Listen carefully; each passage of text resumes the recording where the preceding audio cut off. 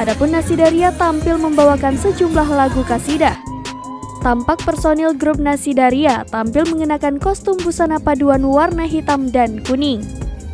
Terlihat para penonton tampak antusias menyaksikan penampilan Nasidaria. Bahkan mereka asyik berjoget saat musik sedang berlangsung.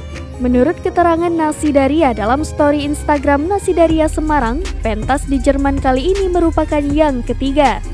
Diketahui selain Nasidaria, dalam pembukaan event seni akbar itu juga menampilkan Rizan Said, Black Sisters, Turkana, Adama Keita, Om Leo Berkaraoke, DJ Bernd Kucinke, dan Danger Dog. Wali Kota Semarang Hendrar Prihadi mengapresiasi penampilan Nasidaria di Jerman juga.